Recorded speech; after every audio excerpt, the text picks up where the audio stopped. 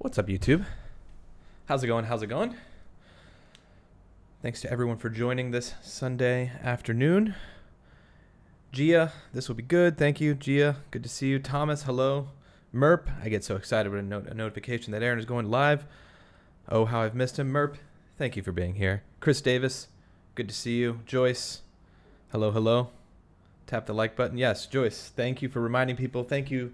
Pretty much everyone that's in here, it looks like, has hit the like button on the way in. We are going through the Idaho quadruple homicide in Moscow, Idaho. Karen, good to see you. Beach Gal, Alicia, hello, hello. This is my first time going over this case on this channel. Of course, I have heard about it, and I've had people telling me, hey, what are your thoughts on it? What are your thoughts on it? I've only actually had 2 people saying that, but I've been kind of watching in the background. The first rumblings I heard of this case was from Alexandra Dugan from one of the Idaho news stations during the Michael Vaughn search, the excavation of the backyard a couple weeks ago in Fruitland, Idaho. They being, local to Idaho, that news network, they had just all of a sudden started talking about this quadruple homicide. And of course, at that time, I was still wrapping up a lot of other things and I couldn't quite hop into it yet. But that's what we're going to be doing today. So it's a crazy case. I know if there are certain things that I'm getting wrong, let me know in the chat. I've got the chat pulled up on my other computer here because I'm going to be just pulling up as much as I can. If there's anything interesting that I should look at, you can go check out my Twitter. I think I have it linked down below. If not, I'll put it in the chat. If you have Twitter, you can tweet me or DM me anything on there if you want me to go over any videos or anything throughout the stream. But like I said, if there's anything that I'm missing, drop it in the chat and I'll try to check it here and there. Old man, did you ever get your documentary published? I did not. In fact, most of these things that are on the wall are coming down, all of my notes, because I've finished the documentary, but I'm working on distribution now. So we'll talk more about the documentary and all that later. Let's hop in to the University of Idaho quadruple homicide. This is horrific, first of all, and I guess if you, basically, like, trigger warning, this is a horrific case. I don't do trigger warnings enough on this channel, but we're going to kind of go through the timeline of events first and foremost. This happened Saturday, November 12th. In the University of Idaho, near the campus of the University of Idaho in Moscow, Idaho, where their last homicide actually was only 7 years ago. So it's been a while. This is a known, safe town where not a lot of crime happens. So this obviously, the standard words, this shocked the community, and it still has, but rightfully so. I mean, you've got 4 people, 4 college students, 3 women and 1 male, that have been killed brutally with a sharp object, and they supposedly, they don't have the person in custody yet. Class is still resumed prior to going back, prior to Christmas break, and so obviously you've got a lot of people that are very concerned, but like I said, rightfully so.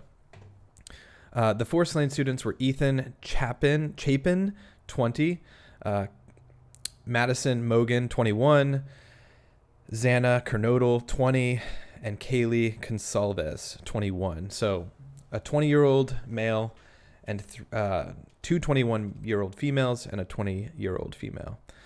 This is a photo of all 4 of them here. This is a little bit of the timeline. We're going to go into kind of the maps and map out kind of the locations here shortly. But on the night of Saturday, November 12th, Gonsalves and Mogan, lifelong best friends, went out to the Corner Club bar in downtown Moscow from 10 p.m. and 1:30 p.m. From 10 p.m. to 1:30 a.m. They were out roughly between 10 p.m. and 1:30 in the morning, according to Moscow police. So they were so this is the city of Moscow. So a little brief overview. It is very close to the border of Washington, and it's up high in the state of Idaho. If you look at the entire state of Idaho here, it's in the kind of northwest portion of the state. But yeah, you can see it borders Washington State. It's very, very close to Washington State. What it would be like the nearest large city? Spokane, Washington is probably the biggest city within an hour or so away. But it's a relatively small town. Looks like the population right around 25,000 people. So not a huge city. This is actually the location where the murders took place. We'll get back to this in a second, but this is the actual house. It's an odd layout. I think this is considered like the first level, but it's also kind of considered the basement is what I've heard. Once again, just getting into this, so correct me if I'm wrong, but I believe, yeah, it's kind of built on a hill. So there's like multiple levels. It's kind of like 3 levels. But we'll get back to that in a second. This is another location, key location that we'll get back to. But to go back on the timeline, the Corner Club, which is where lifelong friends, Consalves and Mogan, so Madison and Kaylee, we'll just call them Madison and Kaylee, were out at the Corner Club in downtown Moscow. So this is that location here. The actual distance from there to the house, we'll see that in a moment, but let's keep going here. At about 1:40 a.m., the duo was seen on video at Grub Truck, which is a local food vendor, and used a private party for a ride home, getting back to the house at around 1:45 a.m., police said. A man seen in surveillance video at the Grub Truck and the person who drove them home are not considered suspects, according to authorities. Now, keep in mind also, there's some things with this case that have now since developed, because I will say, early on in the case, or at least somewhat early on, there was rumors or speculation that possibly Kaylee or Madison were a target. That has kind of been, I feel like police have backtracked somewhat on that and are now not considering them a target. And then they all of a sudden said that the house was maybe considered a target. So there's a lot to look at here. I'm obviously going through the brief overview of kind of what we know based on the timeline that they have out. But I will say, we have 4 people here. And anytime you think of a case like this, you immediately think of motive. What would cause somebody not only to kill one person, but to kill 4 people, to take the lives of 4 people? And so we need to look deeply into the people that were killed. What were their lives like? Who were they? Who did they hang out with? Obviously, we may not get as deep into that on this stream, but I'm very, very interested in these 4 people and, you know, the house that they stayed at. Obviously, Ethan was just staying at their house. This, I believe, was a house of all female residents. They had talked about a 6th person being on the lease. So there's many people that live at this house. This house was apparently known for partying. So it's like, what kind of stuff was going down at the house and what kind of people were associated with it? Obviously, we can get into that later, but to just kill 4 people, it's pretty wild. There were also 2 other occupants in the house. I know that I'm repeating a lot of the same stuff that a lot of you already know who've been following this case. But like I said, this is my first real dive into it. And supposedly there was a dog as well. The other 2 occupants that were not killed were, I think, staying at this bottom level. And it appeared to be the top 2 or the middle and the top layer of the house or levels of the house where the actual 4 other victims were found. But there was apparently also a dog in the house as well. So a little bit of an overview. Obviously, also the coroner has confirmed that some of the victims had defensive wounds. So I'm not entirely sure which of the victims had defense wounds, but apparently some did. So like I said, at 1:40 a.m., the duo, Kaylee and Madison, were seen on camera. We actually have that footage from the Grub Truck in downtown Moscow. So we're going to watch that now. The slangs. Here's Stephen Fabian. It's chilling video of 2 University of Idaho students hours before they were brutally murdered. Let me move this over here. There we go. So it's circled. This would be Kaylee and Madison, I believe, right here. brutally murdered. Kaylee Gonzalez in the white hoodie and her friend Madison Mogan were at a popular food truck near the campus. I would like the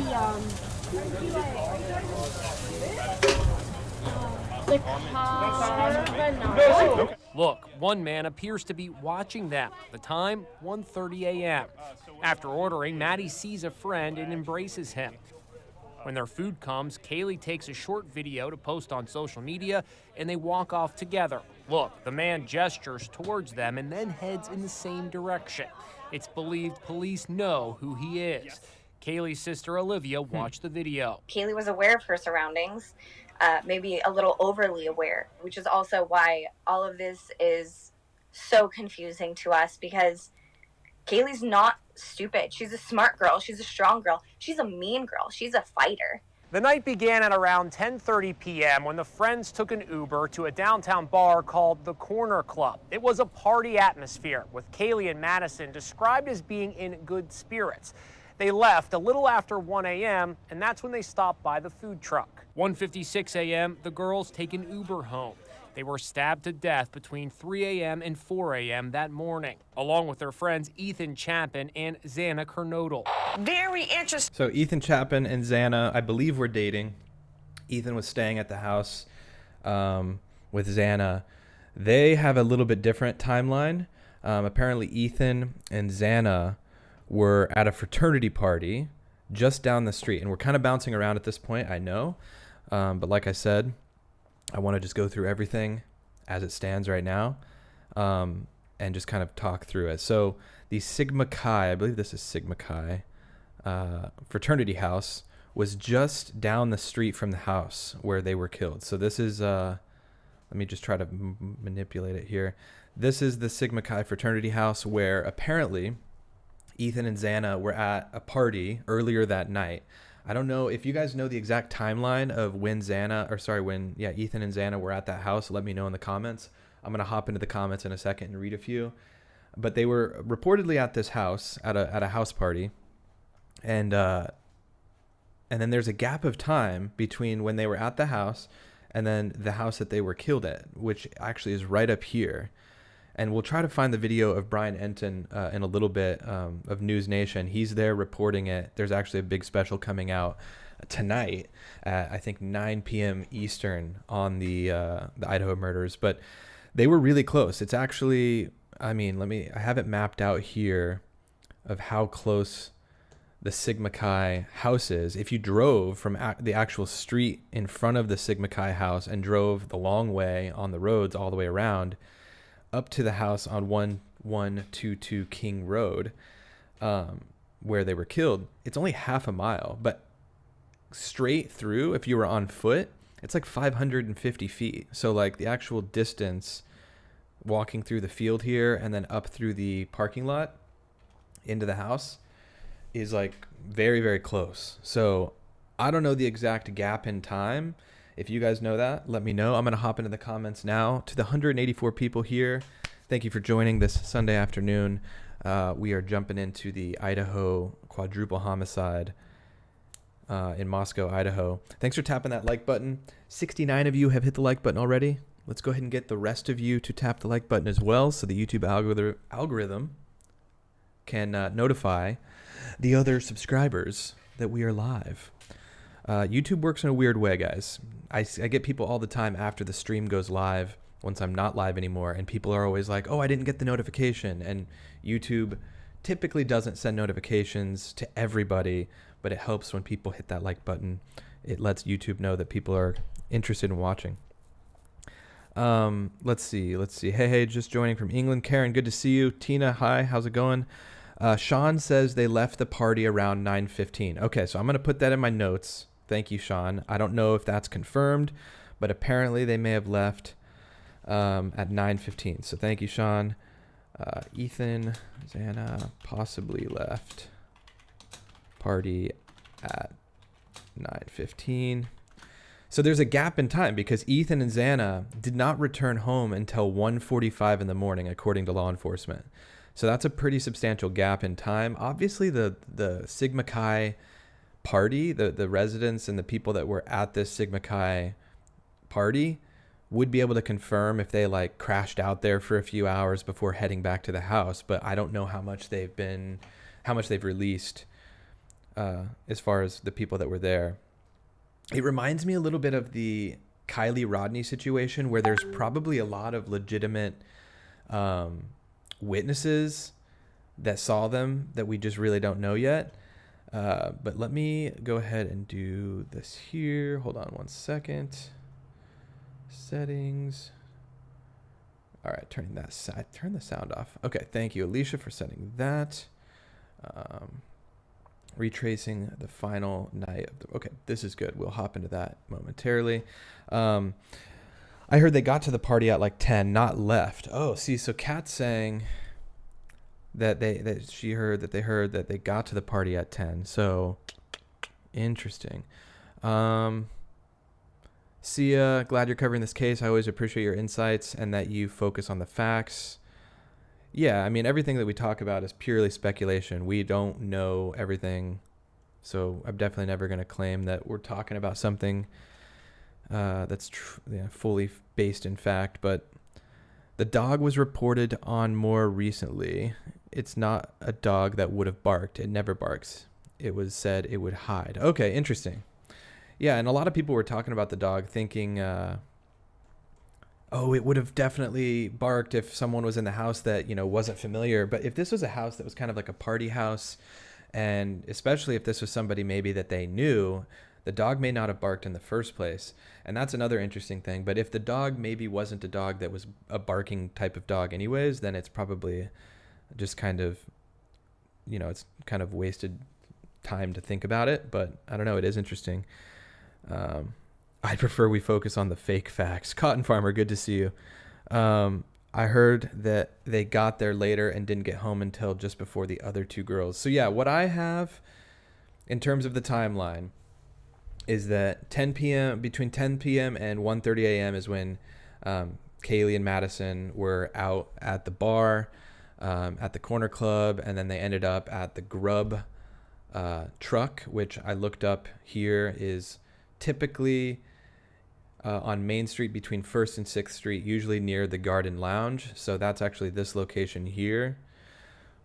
And then at 1 a.m. is when the surviving roommates returned home. And then at 1:40 a.m. is when Kaylee and Madison were seen on the security camera, which we'll get back to that video in a moment. Which I think that's actually pretty much it. The security camera footage showing them at the food truck. This was right around 1:40 a.m. And then 1:45 a.m. is when Ethan and Xana returned home. So while Kaylee and Madison are at the food truck, shortly after that, the first of the two that were actually killed, Ethan and Xana, got home before Kaylee and Madison. Because then at 1:56 a.m. is about the time that Kaylee and Madison return home. So if they're there at 1:40, they get back at about 1:56. That would make sense because the actual distance from the food truck to the house where they were killed is looking like a pretty quick drive, 5 minutes. I mean, realistically, they could probably walk it in like half an hour. Yeah, so you look 24 minutes. So that wouldn't necessarily make sense. But they did say that they got a ride from a separate private party is what it was stated as. So let me double check this. But Alicia just sent me the timeline. This is another video, so maybe maybe more accurate look at the timeline. So let me look into this here. So all four victims, this is interesting too, all four victims were members of fraternities and sororities. The women were roommates, and Chapin was dating Xana Kernodle, which we talked about a second ago. I did also look into the Sigma Chi fraternity, just looking up to see. I was actually looking up initially to see if they were a dry house, meaning like, do they not allow alcohol? I wasn't able to confirm that, but I imagine most Greek households, there's drinking involved. So yeah, I haven't dove into that enough to really determine. So let me just read through this now. This is a different one. There's a lot of anxiety and a lot of people not knowing what to do to keep their friends and family safe. I mean, what would you guys do? I don't know. If you guys were students, how would you want to go back to classes? I mean, I feel like you'd probably be okay at the school, but like I would definitely not be doing any sort of like Christmas parties or anything. Amy M says it's a dry campus. Okay, it might be a dry campus, which would maybe make sense for Idaho because I feel like there's a lot of Mormons in Idaho. I don't know if University of Idaho. I know Brigham Young, which I don't know if that's in Idaho or not. I'm pretty sure that's BYU is a Mormon campus, so I wouldn't be surprised if that was a dry campus. But so many dogs witness horrific crimes. I have wondered if they know what's going on or if they get traumatized. That's a good thing to bring up, Angela. With the Chris Watts case out of Colorado, I've always wondered if the dog witnessed Chris killing his entire family or killing his wife before he left. Because when they went through the walkthrough footage of the police body cam footage, the dog was like barking as if it knew. I don't know if you have seen that, Angela, but I've always wondered about dogs witnessing crimes like that as well. I'm sure they have to pick up on something, right? Chris Davis says, I don't think the perp knew Ethan was there. Interesting. I mean, to walk in, and I talked to Alicia about this, to walk into a house and kill 4 people, you got to have a lot of confidence. I mean, even if you thought one of the people wasn't there, Ethan, the only male, like, to think that you could just kill 3 people, I mean, they were supposedly killed in their sleep, but still, that's like, you got a lot of like confidence in that situation, because that's a huge thing to have happen. We're having a spike of people joining, 357 people all of a sudden. Be sure to hit that like button as you join. It really helps get the stream out there and more people a part of the conversation. So thank you for joining. Hit that like button. School officials so there's a vigil on November 30th. That happened already. I wonder if the killer attended the vigil. So Thanksgiving break has happened. They've now gotten back to school. A lot of people are opting into the online option for school. But I don't know. This has got the map right here with the actual overview of the different locations. This is down here, the Sigma Chi location. This is the house. And then this would be the corner club. Oh, the grub truck would be lower down on Main Street, it looks like. Interesting.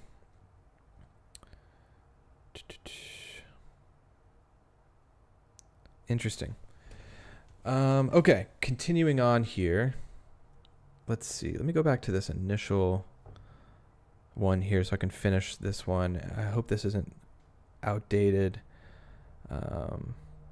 So we don't know the exact time that Ethan and Xana left or arrived at the party at Sigma Chi, but they did get home around 1:45 in the morning. It said that they were all killed or the murders happened likely between 3 and 4 a.m. So like I said, the 2 roommates who survived the attack are not considered suspects. They were also out in Moscow Saturday night and returned home by 1 a.m. We talked about that already. It's kind of crazy how quickly they ruled out the other 2 people in the house, but I don't know. And then, yeah, early on, like I said, Moscow Police Chief James Fry was considering or calling this an isolated targeted attack. So people were led to, think, which if you're a student at this school, obviously it might make you feel a little bit better if you're like, oh, somebody was targeted for some reason or another. But now I think they've backtracked on that. So the public is obviously feeling, and even if it was a targeted thing, the public they'd probably still be pretty freaking concerned. Okay, but yeah, the 2 surviving roommates were in the basement and slept through the murders. On the morning of November 13th, the 2 roommates called friends over to their house because they thought one of the victims on the 2nd floor had passed out and wasn't waking up. At 11:58 a.m., a 911 call from one of the roommates' phones requested help for an unconscious person. The 911 caller's identity has not been released, but the police said multiple people talked with the 911 dispatcher. So yeah, the actual call came from one of the two surviving victims, or roommates rather, in the main level of the house, or the first floor. Which it's like crazy to think, like, this is where the main door, if you're in the back parking area, this is that main door. A lot of people have been talking about the actual way into the house, like which way did and we don't have street view on the top, so we can only see the house from this angle, but we've got some video, because I don't know that there was any signs of forced entry into the house. So that's another thing. People were like, well, did this person have access to the house? Did this person go through the sliding glass doors above the house? Here's the actual house from some drone footage. So we're going to get a better idea of the location.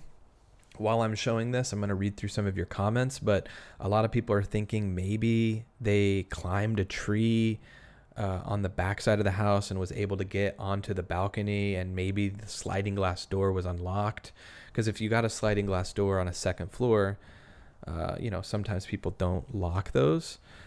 Karen's even saying the same thing. He went in the back slider.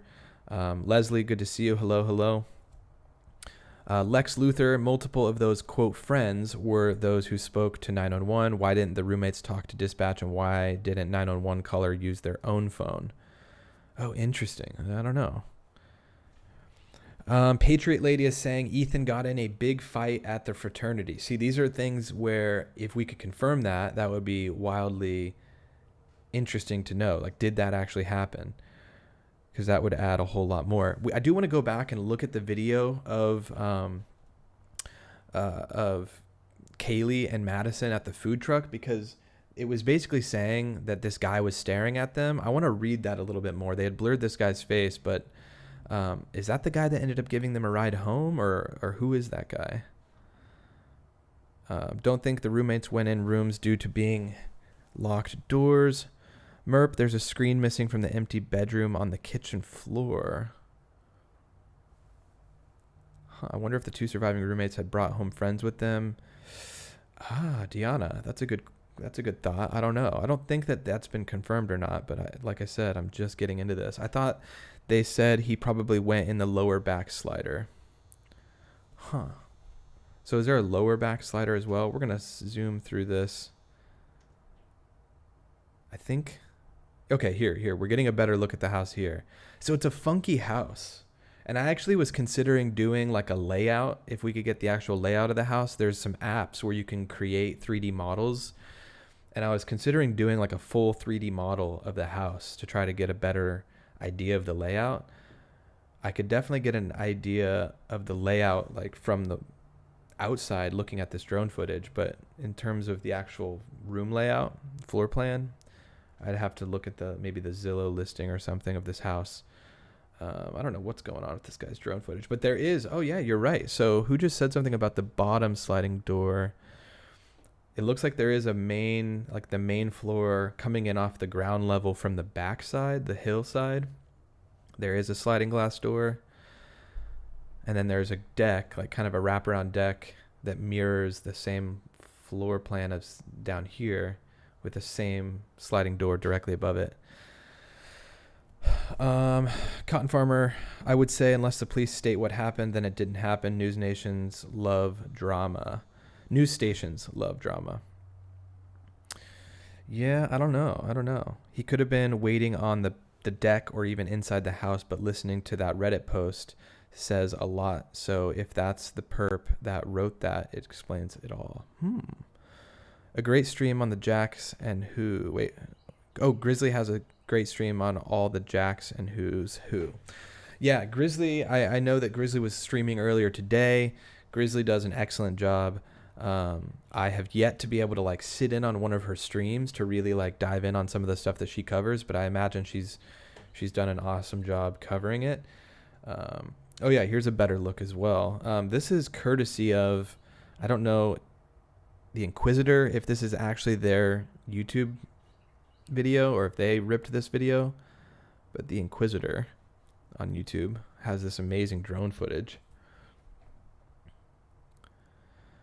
Paula says roommate passed out outside after running outside. Passerby continued 911 call and reported unconscious person. Sunny Days, Lex Luthor, I think the police brought the ladder, so it may not be in all pics. Oh, yeah, I think I had heard something about the police having a ladder as well. I mean, obviously, if there was just a ladder out there, it'd be extremely suspicious. This is another thing I was seeing was these stools stuck in the door on the bottom sliding glass. I didn't realize this was the bottom door when I was seeing images of it, but it looks like people are blocking this door. So I don't know if the guy who did this or the person who did this, the killings, blocked the doors so nobody could run out, or if this was like a standard, like, you know, people do this on their own sliding glass doors where they put a broom in it or a big metal pipe just to, you know, keep people from breaking in. So that may have been that way. It'd be interesting to see videos from like parties that would happen at this house to see if those stools were there often. Sia's saying the stools were put there by law enforcement.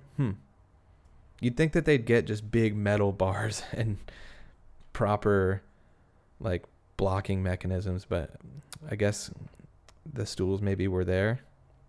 Okay, so Elaine's saying the same thing. Stools were put there. Okay. Grizzly showed the layout the lawyer guy drew up and showed the floor plan and how the perp went through. Interesting. Okay. So we might have to find that lawyer video and go through that momentarily. But apparently there's more of a layout online. So maybe I will do that where I build out the actual 3D model. I don't know if it's that interesting, but... Okay, continuing on. So this drone is obviously getting some good shots of the house. But there's a lot of trees back here, so they can't really go all the way around it. I'm going to check my Twitter because I've got a DM already, and I've got my phone going off here. Oh, 3D house model. Boom, already. It's been done. This is fantastic. Looks like Gray Hughes Investigates is already on it. Thank you, Alicia. And then it looks like Merp has sent me another timeline, it looks like, of the murders in a Google Doc. So this is very helpful. Wow. Whose handiwork is this, Merp? Sleuthy Goosey. Oh, is this Sleuthy Goosey? I think I've had her on talking about Michael Vaughn stuff. So credit to Sleuthy Goosey here. Wow, this is elaborate. Look at this. Okay, so she's got her signature here. Credit to Sleuthy Goosey for this timeline right now. This is elaborate. I'm going to reach out to her and see if this is fine to use on the stream. Let's see. I use...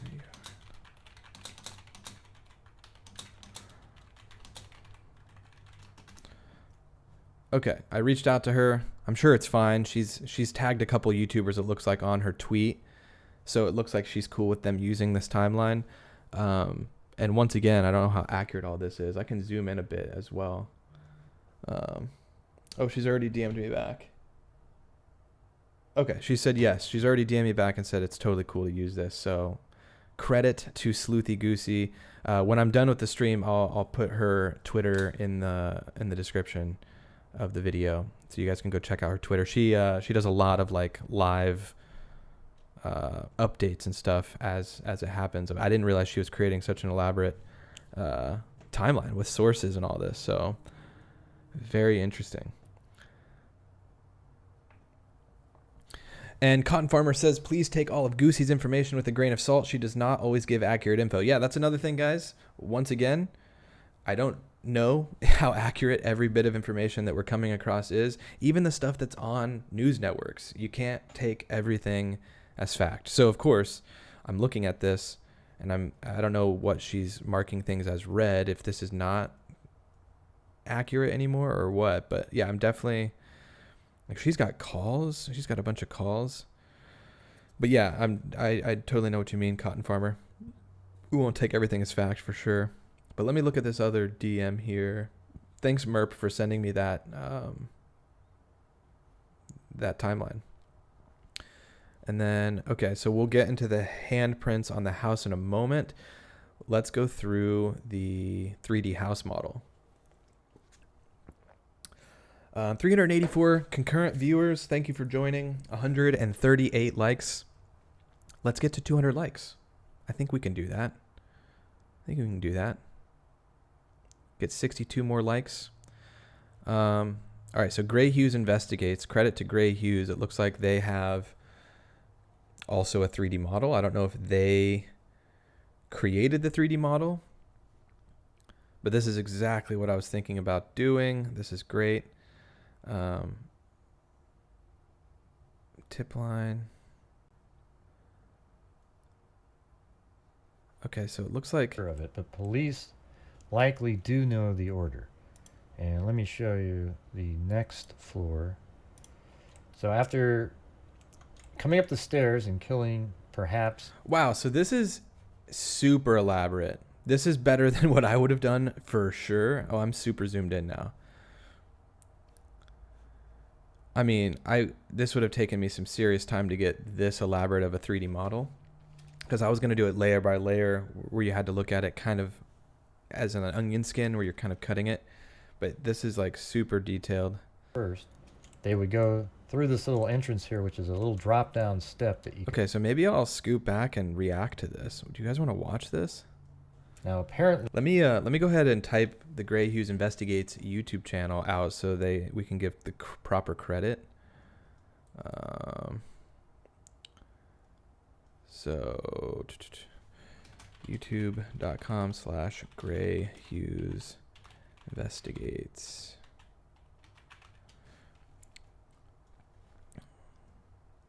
Let me make sure.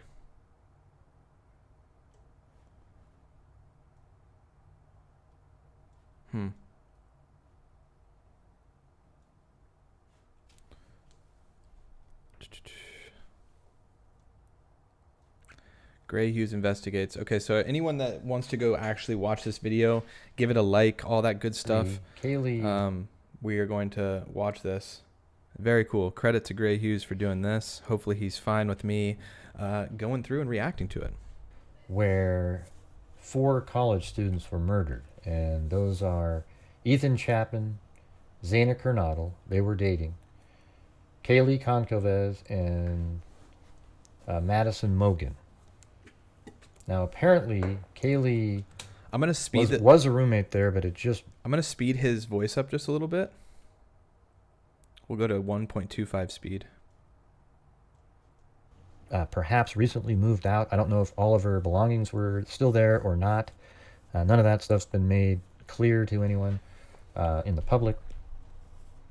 And then based on the city of Moscow and the Moscow Police Department websites, we have this information.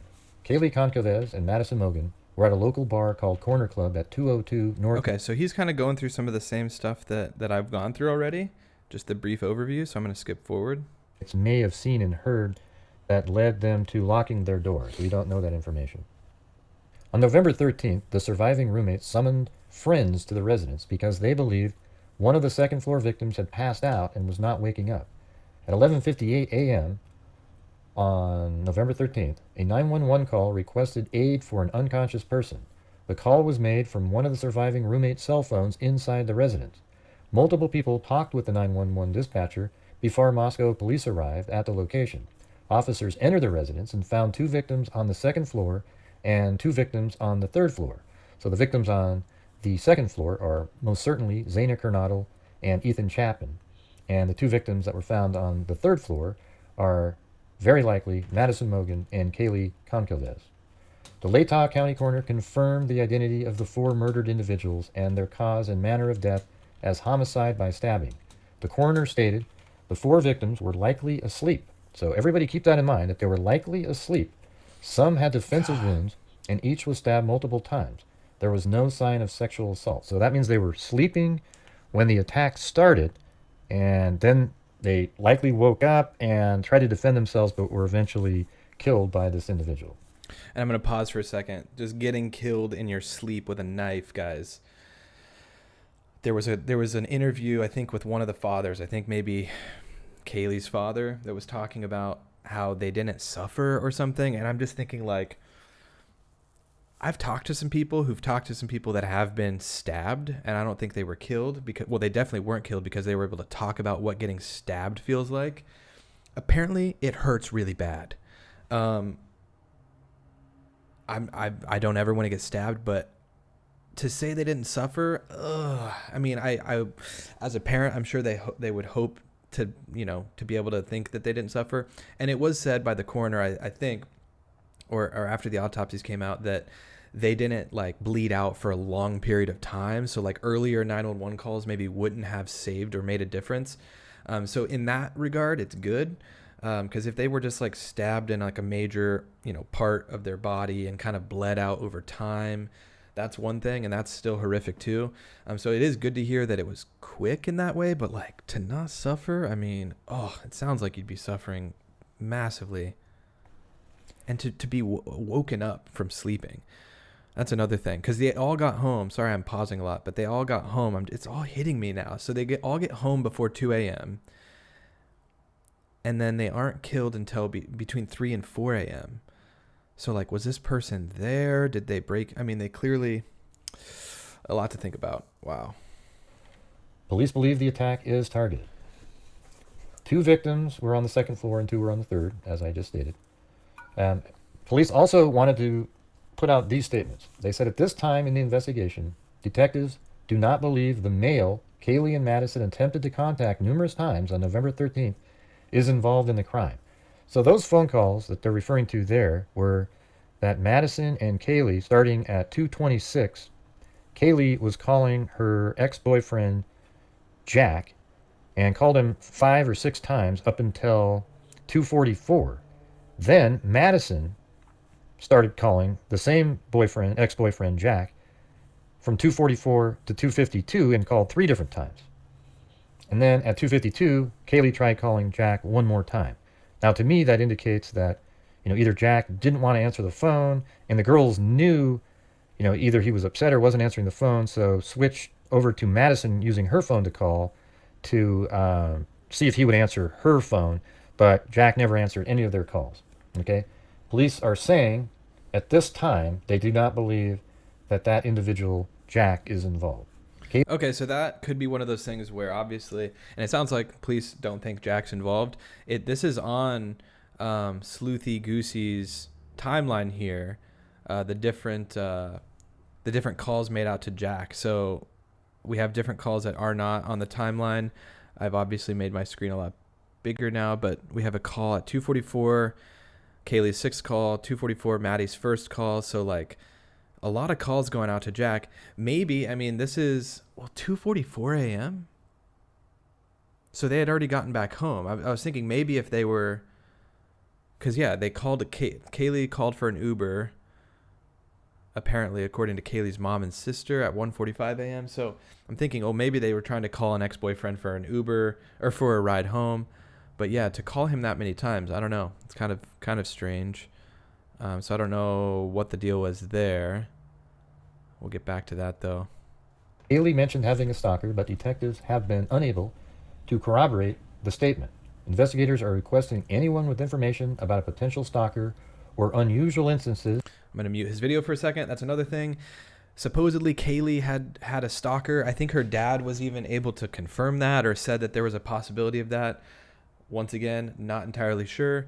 But if that's the case, that makes this even more crazy. Or the male in the grub truck surveillance video are involved in this crime. So when Kaylee and Madison left the bar that they were at 1:30, they went to this grub truck to buy food, and there was an individual that was walking with them and then stood back and sort of walked and tracked them, and he apparently was there to make sure that they made it home because they were really intoxicated. And then after Kaylee and Madison got their food, they went to the right and then to the left around the grub truck onto the street and apparently got a ride from an individual, and that person they don't believe is involved either.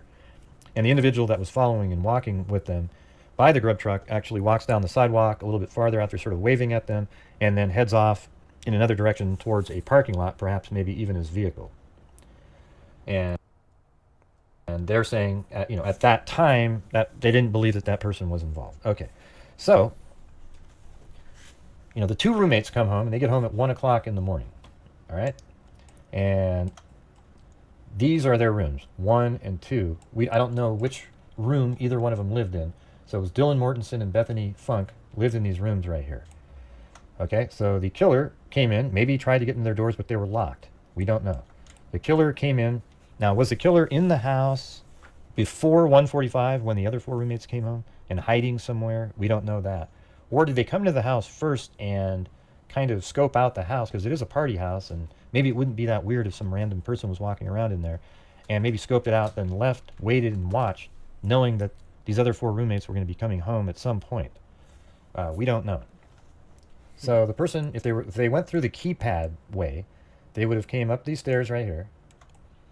After coming up those stairs, you can see really interesting the way he mapped this out, or not animated this, but designed this 3D model. They would have, because you can really piece it together when he layers, like, this is the second floor, adds the third floor here, especially when he's cycling between the actual photos of the house and you can see the 2 windows. It's very easy to visualize going from here to here, seeing the window here and the window over here.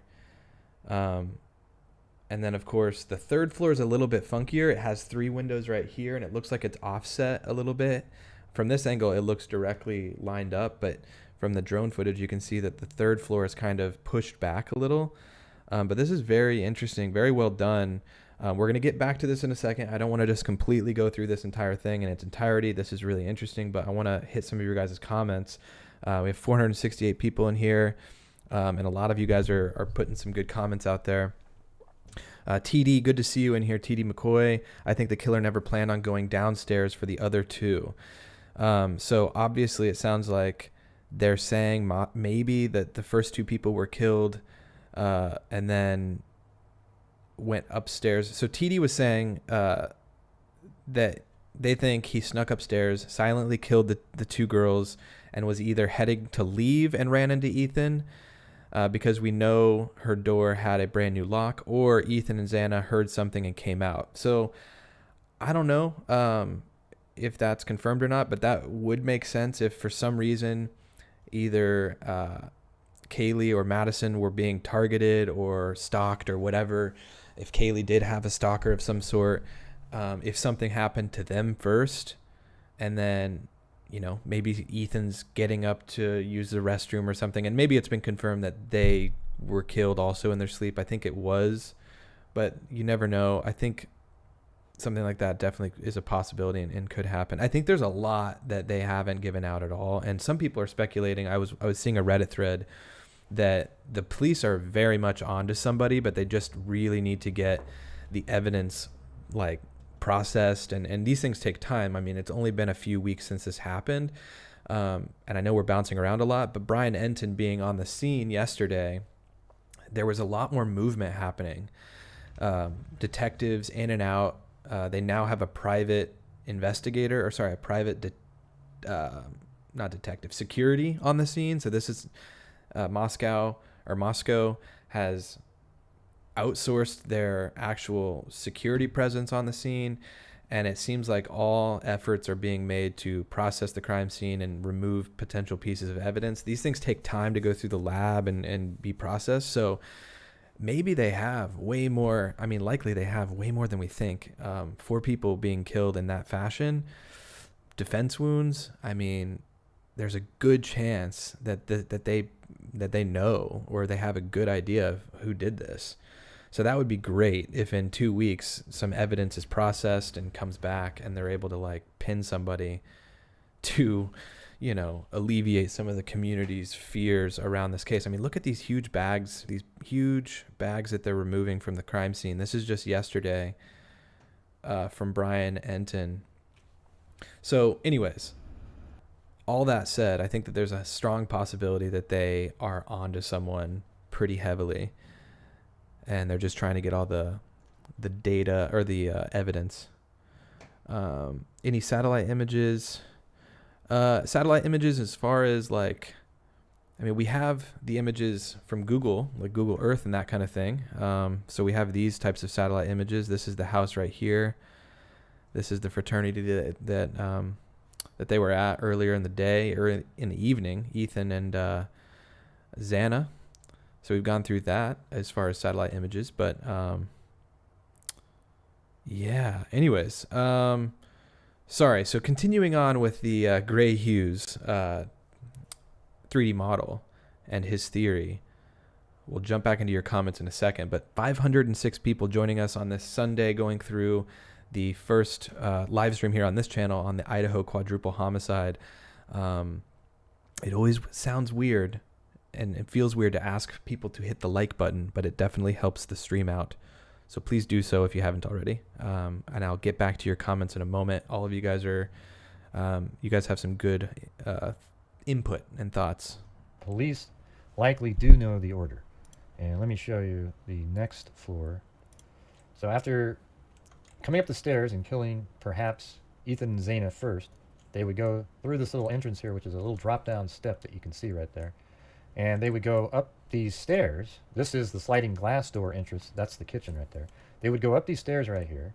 And once going up those stairs, they would get to the top here and take a left and go through this door right there, which is the bedroom of either, I think it was Madison's bedroom, and perhaps Kaylee was even in that room, because if she had moved out and was just coming back to visit to show her car, then that means she probably wouldn't have her bed and all those kind of items at the house still, so she probably would have slept in the same bedroom.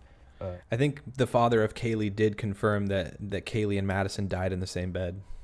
You have heard that she wasn't still living there, but had been living there recently, and then had moved out and was come back to visit just to show the Range Rover that she purchased. So I hope this really lets you see the layout a lot better. So let's remove the third floor again. So if the person came through the sliding glass door and killed Ethan and Xana first, I mean, that really shows a level of targeting where they intentionally went in there to kill these people. They you know, if they were killed while they were sleeping, and he went all the way into the door, you know, through the sliding door like this, through this opening, and then back here, man, that's really out of the way. It's not really like a linear sort of attack where it sort of makes sense. So this makes it seem like it is completely targeted. All of them, I believe, all of them were targeted, but there was one individual that perhaps got the brunt of the attack because that's the person they were most angry at. Now, the way the police could likely be able to determine the sequencing here is by blood droplets. So if Xana and Ethan were killed first, and there's droplets of their blood perhaps dropping from the knife or off the clothing of the individual, and that blood is up these stairs here, then that means they were first. If they killed Madison and Kaylee first, you would only see Madison and Kaylee's blood droplets here, and then perhaps even droplets of their blood down the hallway here, and then Ethan and Xana were killed here, and then after that killing, you might see some other droplets, and if there's any droplets of any of their blood heading out this way, then you know that that's where they exited. Or if there's blood coming down the stairs and they went out this way. Yeah, so obviously he's talking about blood droplets, and then of course you can look at like the actual time. You can base that off of how dry the blood is at the scene. So they have all that information, I'm sure, from initially processing the crime scene and being able to determine potentially who was killed first. And I think law enforcement did talk about having a good idea of who was killed first and what order and those kinds of things, but they're not releasing any of that because it's obviously very important.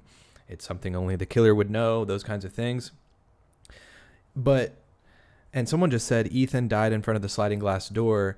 I don't know if that's confirmed, but that was getting into my next kind of theory or idea, is that obviously it sounds like these people were killed in their sleep, but like, and I heard Alicia say several times that the wounds were apparently so severe, like the first potential wound could have been enough to be fatal in most of the cases here. So it's like, sounds like it was a bad initial stab wound. But even then, there are times people can fight back. It's often not the case for very long. Like, it's not like you're going to have a lot of fight in you after you've been stabbed once. But it makes me wonder if the bodies did end up somewhere else in the house. Like, for example, if Ethan did end up by the second floor sliding glass door, did he try to like fight back? I mean, it sounds like they do have defensive wounds. How much of that was in the actual room? or how much of that is in the hallways, for instance, between the room and the sliding glass door. Because if Ethan or, or if Ethan and Xana, for example, were in one of these rooms here, and if he was found by the sliding glass door, I mean, that's a considerable distance. So was there a fight that ensued and that happened between the room or wherever it took place and where he ended up? I mean, that the crime scene is going to paint an incredible picture of what happened, and I'm sure it's awful. And speaking of that, I have been sent this photo, which I don't know, it's not confirmed that it's blood, but Fox News Digital apparently obtained a grisly new photo of the crime scene Wednesday that showed blood dripping. So once again, this is not confirmed, but they're saying that it's blood dripping from the first floor bedroom down an exterior wall out the back of the house. And it looks like blood. I don't really know what else that could be. I don't know enough about, things that could be dripping down exterior walls of homes on the exterior foundation. I will say, the build of this house probably wouldn't be that great if there's like blood coming out the house from the inside. So I don't know if this is a real photo of actual blood from this crime and it made its way to the exterior of the house. Crazy. And it just makes me wonder how bad it is on the inside. I don't know if anyone's been quoted talking about, because, oftentimes you'll have people talk about the inside of crime scenes and they'll say, this is the worst crime scene I've seen in my 20 plus years or whatever. I don't know if there's been any talk of that by law enforcement, but I don't know if that's true, if that's an accurate photo, but that's pretty horrific nonetheless. I'm going to keep doing that 3D, that model. Gray Hughes seemed to do a really solid job with that, but I want to read some of your guys' comments. I want this to be interactive because, like I said at the beginning of the stream, some of you guys have been following this case much closer than I have, and so you guys might have some stuff that I'm missing. Victoria says it's blood. I don't know if it's confirmed, Victoria, but it does look like blood. Vicky says, I've worked with blood for 30 years. That's blood. I mean, it looks like it. I'm not going to disagree for sure. It definitely looks like it, but Chrissy says it was already confirmed as blood. Okay, so it sounds like it's been confirmed. Donnie says, what sticks out to me is the couple left the party around 9 p.m. and nothing after. I think they went back to the house and the killer was there waiting. Donnie, that's an interesting thought. Yeah, that gap in which Kaylee, or not Kaylee, but Xana and Ethan going to the party at Sigma Chi and them getting back home at 1:45. That's a pretty big gap. EM, hi Aaron and chat. Hope everyone is doing well. EM, thank you for joining. Thank you for being a member for 10 months. We're doing as good as we can in talking about this horrific crime, EM. It's kind of brutal to go through this, but this is a massive story right now. So I had to go through this because it just takes time to go through everything that's out there. And I know it's been a few weeks now, so that's what I'm doing with this stream, is to just try to catch up as much as I possibly can, because I think that there's going to be a lot of movement on the case really soon. But I think I saw a comment earlier that said the answers lie within the Sigma Chi household or the fraternity house. And I agree. I think that the people that are in the Sigma Chi household that were at that party, they hold a lot of potential answers, as well as potentially their phones, right? Videos, photos, things like that can confirm Xana and Ethan's locations. Because if they were at that party later into the night, I mean, who were they hanging around? Like, videos and photos can help build that story out and build that timeline better. And then just videos in general, Ring door cams. I think someone had said something about Ring cams, Nest cams, those kinds of things that are potentially in the area. Brian Enton said, and he's been in that area for a while, he's been, posted up in this neighborhood, and he's kind of looking for different cameras potentially in that area. So I don't think that there's a ton. And like I said, this neighborhood, this location doesn't see a lot of crime on a normal basis. And so I bet that there's a lot of people that just don't utilize cameras. but I think that people will now. There is no gap. You skipped my message 2 times, Aaron. Xana's mother and father both spoke with Xana at midnight and said she was at a bar. Please pay attention if you want cited facts. You know, I'm paying as much attention as possible. There's 700 people in here. I'm sorry I didn't see your message. But thank you for letting me know. Apparently, Xana had communicated with her mother and father at midnight, so that's interesting. I'll definitely keep that in mind. Thank you. Karen, maybe Ethan and Xana brought the killer home. I don't know. If this house was like a super party house like a common party house, then, you know, there could have been people just in there hanging out with the other 2 roommates, those kinds of things. So we don't know the whole story yet. I mean, the other 2 roommates are a big factor in this as well. Were they hanging out with other people that could have been there and said they were leaving and just hung around upstairs? Like, there's a whole lot to this. Mercy K says there are like 1 million footprints. Yeah, I don't know if it had snowed either yet, because I know that they've gotten a lot of snow, it looks like, since then. But I don't know if there was snow on the ground when it happened. So Elaine says, I'm actually shocked at the lack of cameras. Yeah, I'm somewhat shocked at that as well. Let's go ahead and watch these real quick. We'll get back to the 3D timeline. I want to quickly go through this here. One sec. Who spoke to Good Morning America, and he confirmed that Kaylee told him about a potential stalker. Did she ever talk to you about a potential stalker or somebody that made her uncomfortable? She did. So we have all. So that's the father of Kaylee saying that she had spoken to him about a potential stalker.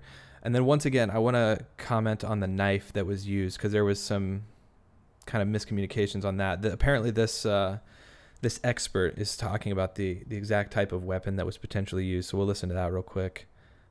So from the beginning of this, they've talked about the weapon, right?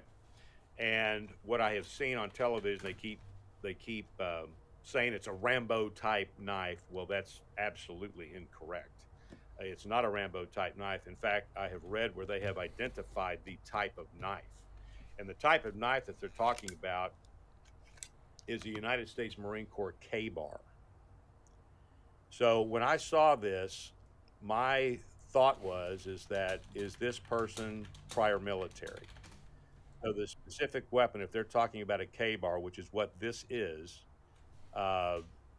then there's a possibility that they need to look into military background of some kind. And real quick, just to finalize that, Phil, if this is somebody who was able to enter into the house from the 2nd floor, you would also imagine that maybe requires some sort of training.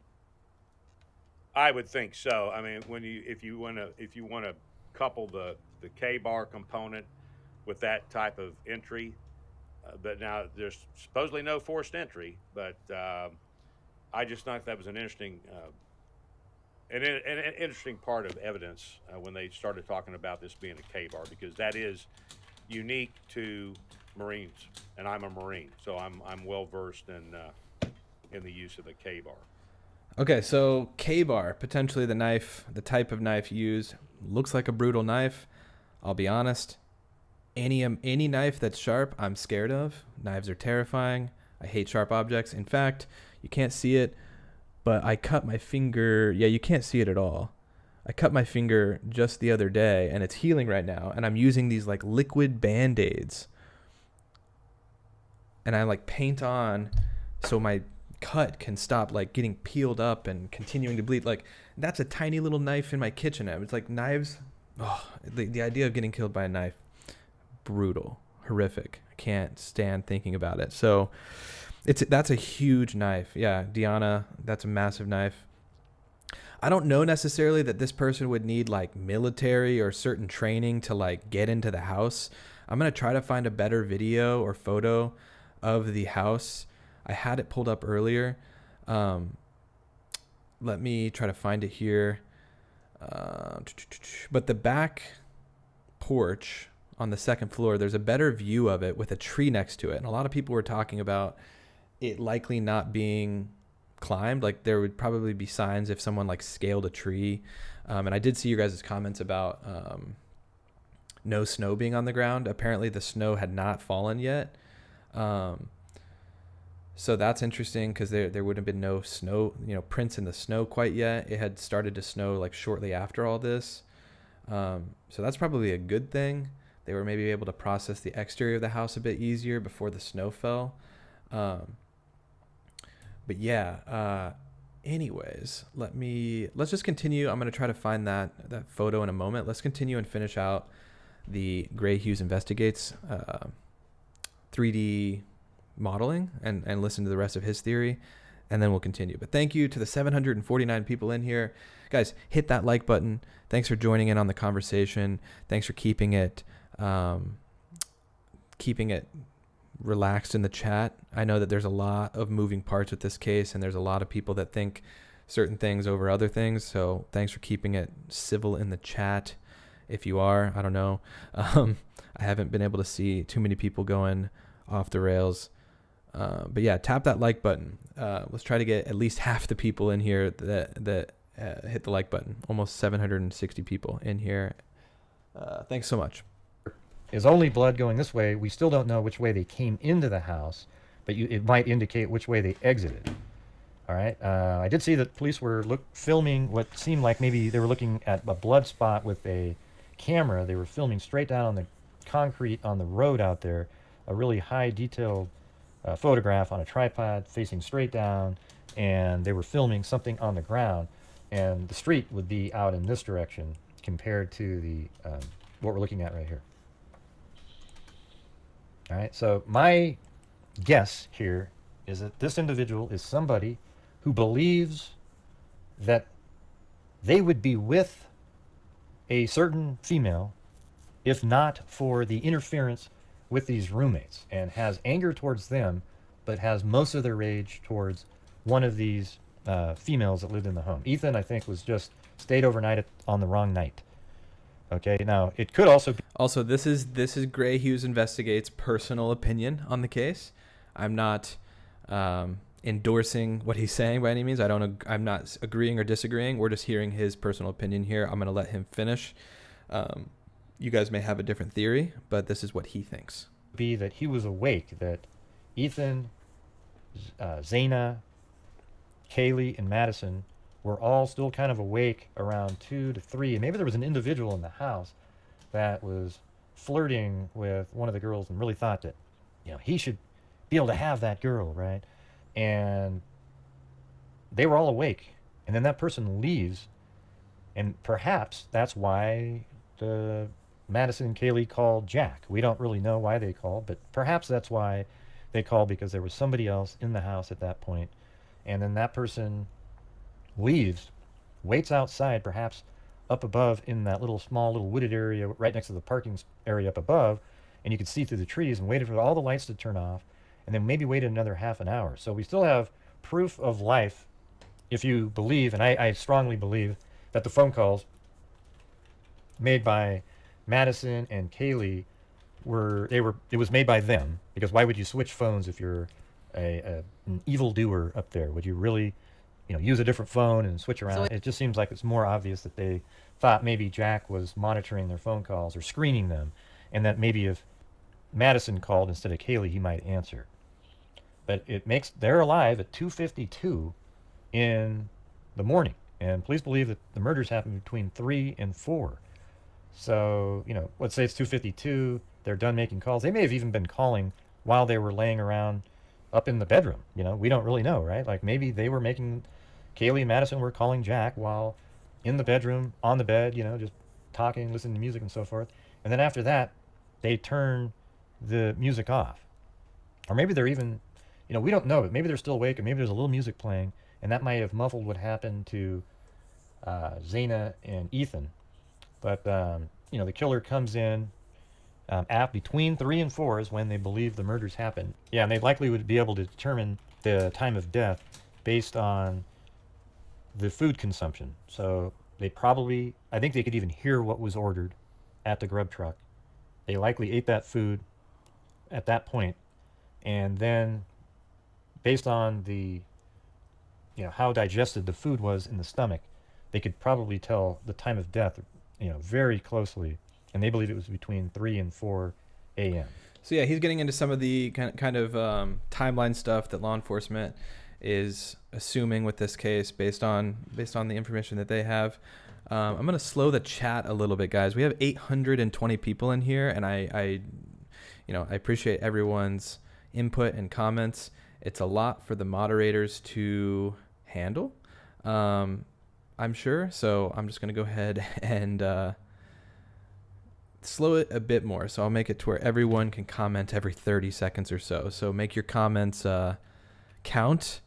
I apologize for having to slow it down, but it seems like they're coming in a little hot. It's even hard for me to see what everyone's saying. So let's see. Let me go to some of your guys' comments. I was trying to find a better video from the side of the house, but this is kind of showing me a little bit more. I'm going to go ahead and remove the Gray Hughes Investigates. Thank you to Gray Hughes for that 3D model. It's a pretty solid video there. You can kind of see these trees over here in the background. Let me try to zoom in a little bit. This is from Brian Enton on Twitter.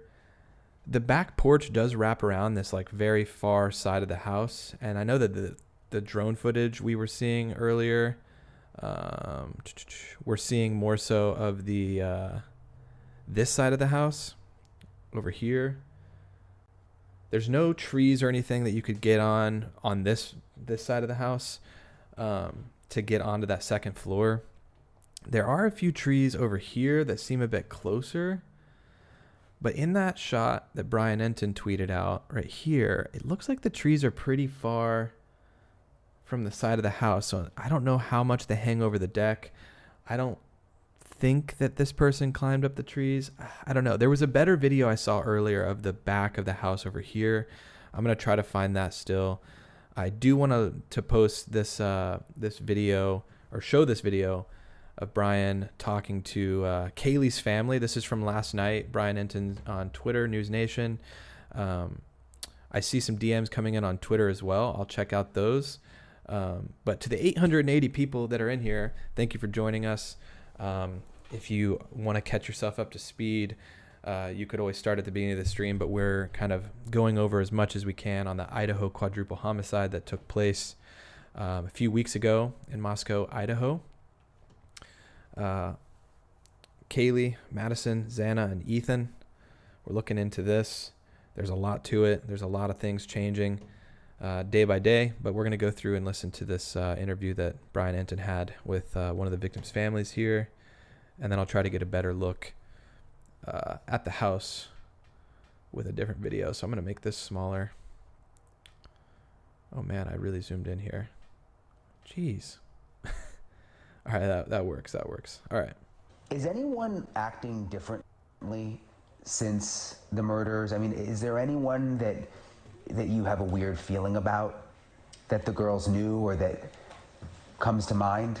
Yeah, I would say not in the immediate circle by any means, but a few of the names that have been circulating around, I think it's hard not to kind of, dig into this. And I don't know how much of that is just because we have so little information from law enforcement and how much of it really is, a sister or a father's intuition. Can you elaborate at all? I don't know. You don't have to give a name, but I mean, is it someone that she knew, or? I have something to say about that. I just feel like there's been a couple individuals that were cleared very fast. That may not, maybe he shouldn't have been. And yeah. She had the strong alibi. Just really fast. If you can dismiss. An hour later, and we're like, what? And I don't know. I don't know anything about those individuals. I just know they were people that, definitely should have been looked at, and yeah. I don't know what would prevent you from sharing somebody's alibi. Yeah, I think that's what we're struggling with. So it's like, we know what we know. We've, fought for Jack, Kaylee's boyfriend, and, we still stand that way. So I did just kind of want to clear that up while we're talking through this ambiguity that, that's not what we're honing in on here. We don't want to make more victims out of innocent people. Exactly. We definitely don't want to do that.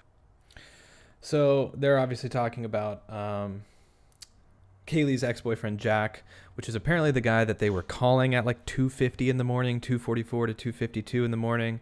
I don't know if Hoodie Guy is Jack, Deanna. I don't think it is, but possibly. I want to hear the mom talk about this again, about some of the people. Share the strong alibi. Just really fast. If you can dismiss... Them talking about the law enforcement dismissing certain people really fast, I think that bothered them a little bit. And I thought the same thing. I know that I'm just getting into this case a bit, but like it seemed like they ruled out people really, really quickly. I think there's a way of doing it to where they can say, hey, we're looking into everything right now. We're not ruling anyone out at this point. You know, obviously to kind of alleviate the rumor mill and all the speculation that can come with a case this massive, I assume if they have every reason to believe there are certain people that are definitely not involved, then they're going to rule them out publicly. But this is why I think it points more towards them potentially having a piece of evidence or a piece of information that like they know, like, or they have a really strong suspicion of who it is, and they're just waiting on physical evidence to be processed. Okay. Let's go to this photo real quick. I did find the photo of the back of the house that's a bit easier to see from this location. So this is the one with the trees right next to it. I don't know. It looks to me, it's too much of a stretch, I feel like, to be able to climb this tree. Obviously the snow had not started yet, so you wouldn't have to worry about snow. But even with like things to help you climb trees, ropes and such, I feel like it's a bit of a stretch rather, to a bit of a stretch to climb this tree and then jump over to the deck. But yeah, finally found that photo. All right, let's go ahead and pull up your guys' comments. Should I do calls? I used to do calls more often. I don't know if I should hop back into doing calls. Let me know in the chat if I should do some live calls. If you guys want to call in, I can open up the phone line and you guys can let me know what you think. That can sometimes get iffy, just because, you know, there's a lot of opinions on cases like this. But I am curious. Let me know if you want me to open up the lines. I can do that for a little bit. TD, until then, I will read some of your comments. TD, I think that the cops clear them when they have given DNA and cooperated, and then clear them so they are not a flight risk or anything until... Yeah. I think for sure there's certain people that get cleared early on. Angela says, yes, live calls. Okay, I'll look into it. Good to see you back. Thank you. Some are saying that his comments and tears were off and needed further investigation by body language experts. Interesting. Doubt he jumped. That would be nuts. Killer is crazy, but that would have been a high risk.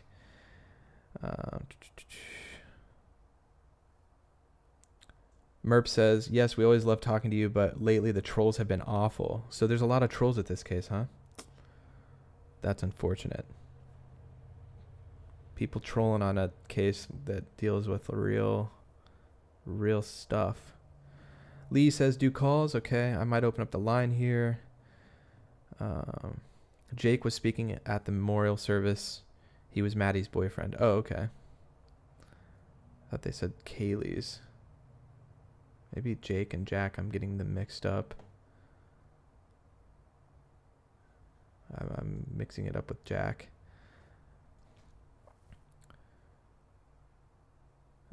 Jack D is Hoodie Guy. Wait, Jack D is Hoodie Guy? Killer came in second floor sliding door per Kaylee's dad. Okay. According to Wendy, that's what happened. I mean, I don't know. They showed no signs of forced entry apparently. So it's like, was that sliding door open? What I was talking about at the beginning of this is like motive, right? Like Mercy was just saying, Kaylee's mom said she believes in her heart it is someone they know and that you agree. even without the mother's intuition, I feel like anyone could look at this case and basically assume that this was somebody. Like, this is such a weird thing, I feel like, to just do, unless there's a serial killer out there on the loose. I feel like there has to be somebody that's connected to them, that knows the house, that knows that, you know, there wasn't a party going on. I mean, it was pretty easy, apparently, to be able to peer into the back of this house on the hillside. I think Brian Enton was even talking about that in the early stages of this. So maybe this was somebody that was targeting the house and stalking it and able to see when people were there or not there, at least large numbers of people, and they took an opportunity when there was fewer than what would be there for like a party. But yeah, I don't know. Deanna Taylor, I got lots of respect for Aaron, and he does a great job reporting on true crime. Oh, thank you, Deanna. I just try to like go through the stuff with an open mind, because it's easy just to like get lost in the whole like speculation and go down different rabbit holes that may or may not be true. And like, obviously it's very interesting going through all of the stuff that we have in front of us on the internet, but like, you got to be able to take everything with a grain of salt, because the actual investigation is happening right now, and like, we'll know eventually, and then we can really piece together like what happened. But it's kind of I think it's a bit irresponsible to just like assume certain things that are true when they're not confirmed. Merp is also sending some stuff from the inside of the house. So before we do calls, because I think I will do some calls, this is apparently some photos of the inside of the property, which this looks pretty accurate already with the angle of this wall. So thank you, Merp, for sending this on the Twitter. Looks like the kitchen. Yeah, so this would have been a good resource that Gray probably used to build out that 3D model. So I don't know exactly what floor this bedroom is on here, but it looks like, looking at the bedrooms, maybe a basement, laundry room, shower situation. Let me make this smaller. Sorry, guys. Also, we're almost at 1,000 people in here. Thank you guys for joining. There's clearly a lot of people that want to know what is going on with this case. And so thanks for tuning in. I hope they have answers soon, because I can't imagine living somewhere, going to school somewhere, and just not knowing, you know, what happened. Okay, looks like another shot of the house, or shot of the bedrooms. It's undetermined. It's unknown which bedrooms these are. This looks like probably the top floor, and then that the other sliding glass door would be like over here.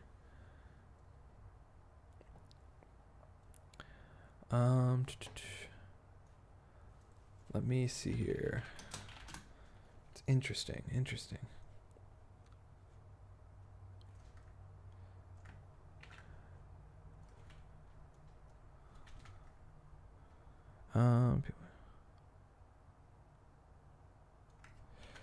Let's see. I'm going to open up the lines here shortly once we get through all these photos.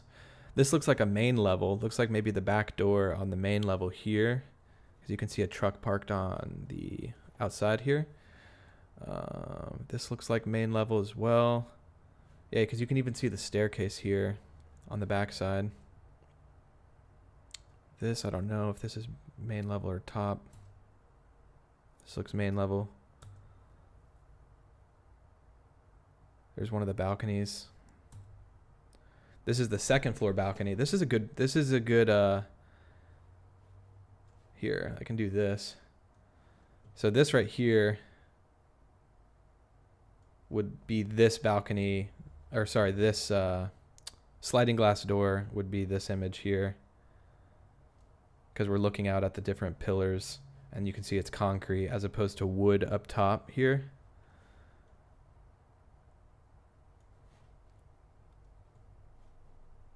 And then this would be the same shot here at the kitchen. So obviously these images over on the right aren't going to have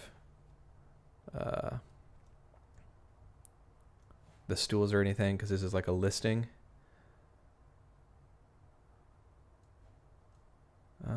But yeah, I mean, that's an interesting look into that. So thanks for sending that to me. I'm going to open up the lines. We have 1,029 people watching. I'm going to open up the Google Voice line. It's first come, first serve. If you don't get through, try to just kind of keep calling as I'm wrapping up with the person that's currently on the line. I try to keep the calls at a minimum to around 5 minutes. So if you want to call in and give your opinion on the case, or, you know, introduce a new topic to kind of go down, the phone line is open. I'm going to pin that message that Alicia just added to the chat up above. The number is 305-985-2690. Feel free to call in, and we can chat a bit, and then we'll go from there. But yeah, thanks for joining the stream this afternoon. We've been going for an hour and a half at this point. I'm getting an actual phone call on my actual number, which is interesting. I'm gonna mute that. But yeah, feel free to give a call and add anything to the conversation. The actual sixth person on the lease isn't involved according to law enforcement. That's another thing we didn't get into yet, but there's apparently a sixth person on the lease. So that person's name is obviously not out yet. All right, let's see who's calling. Call from Aaron Mull. I don't know to if this accept, person press meant 1. to say To send my a name. voicemail. Hey, how's it going? Hey, is this for the question or? Yeah. You had anything to add? Thanks for calling in. Yeah, and I just wanted to get your thoughts on, you know, the thought of this person being an incel in the community. Hadn't heard anything like that. Oh, well, just wanted to get your thoughts on that. That's all. Okay, cool. Yeah, I'll pull that up. I think I did see something about that, but I didn't look into it. Okay. Thanks for calling, man. Cool, man. Yep. All right. So, incel in the community. For those of you who don't know, let's go ahead and Google what an incel is. Idaho killings, incel. Feel free to call back in. I've got, I know that there was another call that was coming in. Let's pull this up here. Idaho Murders, law enforcement should not dismiss incel angle, experts say. Police say are looking at every avenue. I think an incel is somebody that is involuntarily celibate. We can watch this video while we wait for the next call to come in. I did get a call during that one that I had to deny. Like I said, guys, it's like first come, first serve. I'll start playing this video, and we'll wait for the next call. There's going to be an ad. Yep. Ad. Feel free to call in. The number is still pinned. Okay. We'll watch this video in a moment. We'll take this call. Call from Lisa. To accept, press 1. Hey, Lisa. How's it going? Hey, how are you doing? Good. Thanks for calling. Oh, thank you. This is the first time that I've watched your show, but I wanted to know, did we ever figure out the timeline for Ethan and Zaina from going to the Sigma party, the Sigma Chi party? I don't know about arriving. Yeah, so I'm looking at this. I'm looking. Yeah, on this timeline that I have pulled up here right now, it just says night. It doesn't show a specific time. Obviously, it was sometime before they arrived home, but it's like the actual timeline of when they arrived at the party and when they left, I think is pretty up in the air at this point because there just hasn't been enough that has come out, I don't think. But I think a lot of the answers do lie within like the people that were at that house, the Sigma Chi frat house, because they would know like obviously when, or an idea of when they arrived and left. Okay. But yeah. Because my question was, I was wondering what time did they leave the frat party? Because I don't know if you heard, wasn't there something happened there, so they left, right? Something made them want to leave early. That's what I heard. I had heard that Ethan potentially got into an argument or a fight with somebody, but I don't know if that's true. Okay. I don't know if I didn't hear about any other event or something or anything happening at the party that would cause them to leave, but I mean, you've heard something like that? Is that something you've come across? I did hear that. So I was wondering if they leave there at 9 o'clock. Because the next thing I was going to ask you, did you hear the statement that Zaina's mom put out the other day about what her dad said, where they allegedly went to a bar? Did you hear that statement from her mother? No, I didn't. Zaina and Ethan went to a bar allegedly? That's what her mother said, that Zaina's dad had told her, that they said that when they left there, they went to a bar.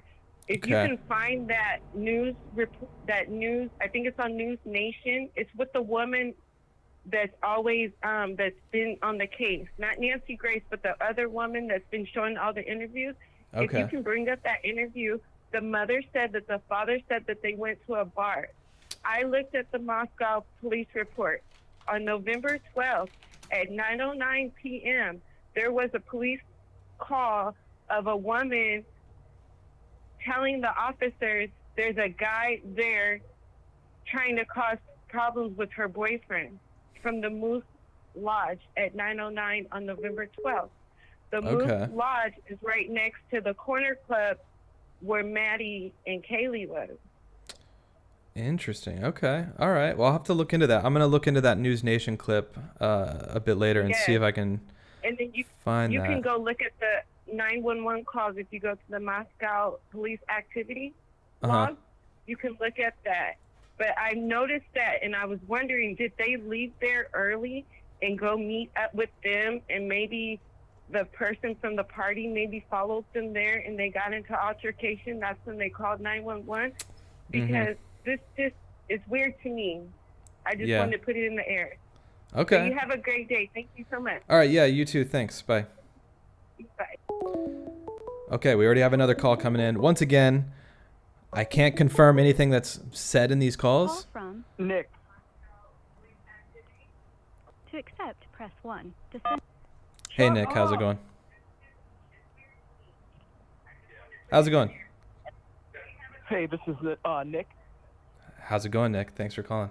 It's going good. Hey, just to follow up on that last caller that was talking about the mom in the interview, the mom said that the husband said that she thinks that they could have gone to a bar because that's what college kids do. So you kind of have to like really listen to their source, and it's not like anything definitive. She's just basically like, you know, they're college kids. They probably do go to the bar. And then just real quick, the last thing was the caller before talking about the incel. From a lot of the FBI profilers, they said it doesn't seem like an incel type of a crime. An incel type of a crime is usually a crime of show.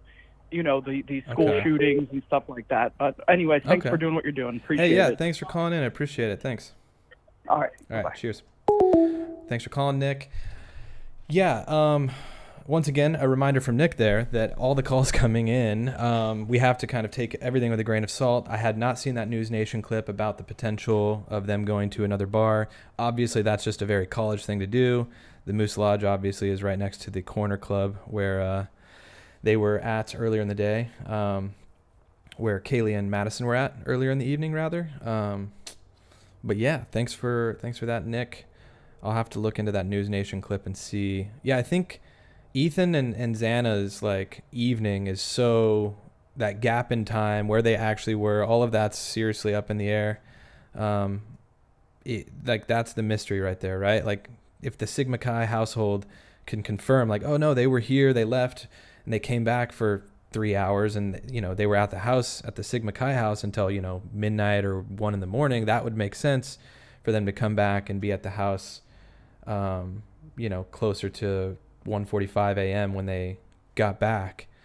But until then, until we know like concrete timeline of Nick and Xana, or sorry, not Nick calling in, Ethan and Xana, we can only speculate. But yeah, obviously that's a very college-y thing to do. But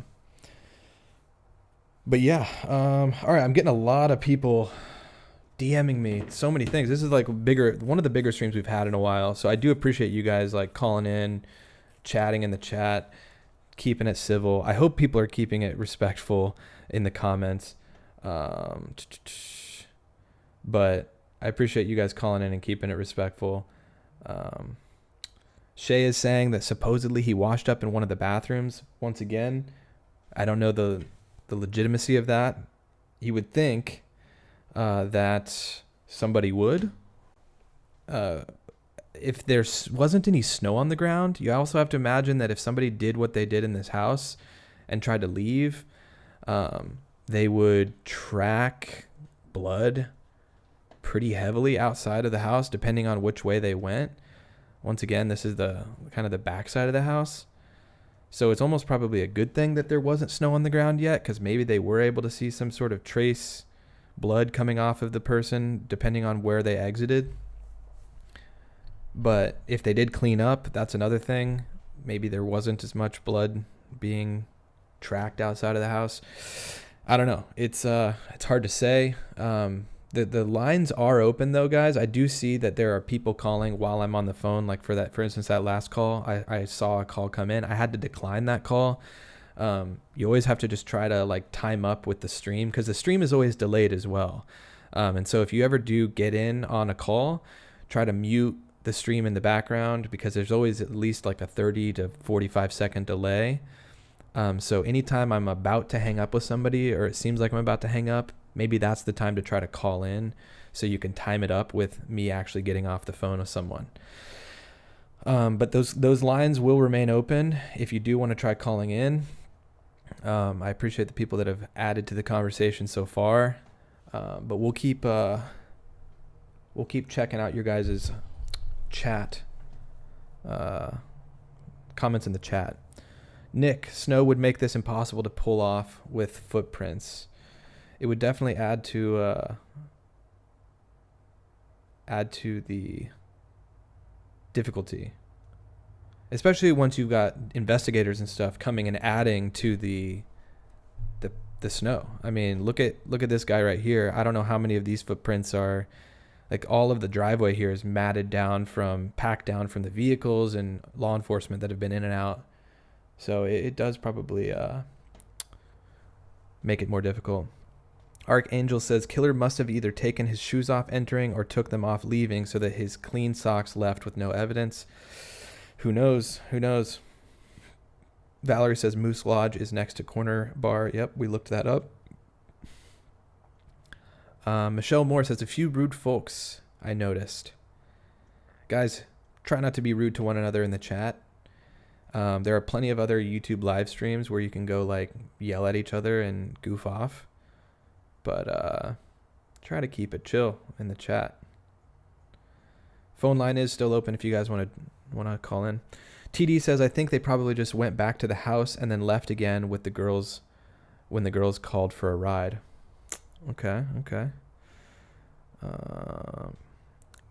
Gail says I'm sure the police have determined where Ethan and Xana went after they left the frat party. Yeah, I mean, I'm sure, like with any case like this, there's a massive part of the timeline that's confirmed with law enforcement at this point through either witnesses,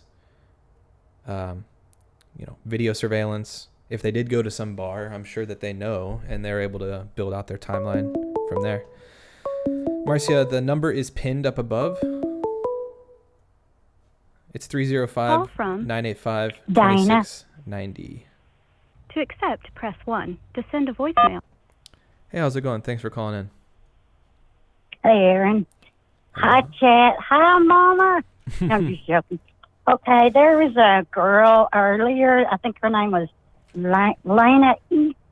Lena E. made a comment that made so much sense. She said, what if Jack left his phone where he would want it to ping, and it was actually him doing the phone calls to his phone after he had done what he had maybe, had done. Whoa. I didn't see that comment. Yeah. Once again, I don't want to... Yeah. That's a wild theory. Whoa. Mm-hmm. Yeah, because, everybody's really looking hard at him, but, like we're all saying, we're just voicing opinions here. Yeah. No, that's very interesting. Thank you for adding that. That's something to think about. Okay, bye-bye. Yeah, thank you so much. All right, bye-bye. Whoa. I didn't even think about that. We'll get to that in a second after this call. Call from Marcia. Marcia. To accept, press 1. To send a voicemail, press. Hey, Marcia. Thanks for calling. Hi. So, this is what I think happened. The stabbings, the old killings, the old murderers in the city, they haven't been solved. They haven't been what? Sorry? Solved. So the police keep saying it was targeted, but in my opinion, that's only for the population not to panic. Okay. And none of the other murderers have been solved. So nobody ever got arrested. They have no idea who the guy was. Nothing happened. Oh, you're talking about the So, stabbings from September? Or the... Yeah. From like the previous Yes, there month? was Okay. 2 other stabbings. Okay. And plus, no, this guy has had to done this before, because nobody's going to walk into a house, kill 4 people. I mean, 4 people. It's not 1 or 2. It's 4 people without any practice at all. This guy has to have some kind of military background, something, because this is way too professional for somebody that's just on revenge. Okay. Yeah. It definitely seems a bit of a stretch. I mean, it's quite the crime, like we were talking about earlier. You have to have some confidence to believe you can like get away with something like that too. So, yeah, I mean, The one would guy on the truck, at the truck, I don't know which jacket that is, but the guy at the truck, to me, was very suspicious. I mean, at first I thought that maybe the girls took a ride with him and then at the food truck ditched him, because that's what it looked like. But the cops already said it wasn't him, so he's been cleared. Yeah. Which is a lot of confusion too, is how can the police clear so many people right at the beginning? That's crazy. Yeah, I mean, like for instance, the another guy thing- that's at the food truck. Like, I mean, I imagine he went somewhere that night, and maybe he went to another bar, and they were able to confirm through video and alibis that he was somewhere at the time that this happened. So, I mean, there's definitely ways that they can like completely rule people out based on video, for example. But yeah, I know what you mean about it being so quick to rule people out. You had one more thought though? Yes, and another thing is the 2 girls that were downstairs. I mean, I feel horrible for them. I can only imagine. But this guy had to leave blood from the bedroom to the way out. I mean, you can't kill 4 people and not leave a trace of blood. That's impossible. Unless we took all the clothes out in the bedroom. And for these girls to just think that somebody was just passed out, that makes no sense. I mean, for them not to hear it, that's fine. I used to drink. I know what it's like. Yeah. And because it was a party house, there was a lot of commotion. That's fine. They were used to it. But for somebody not to see blood on the floor, that's crazy. To just think that somebody was plain passed out and just sleeping, that's crazy. Yeah. There's a lot of unknown yet.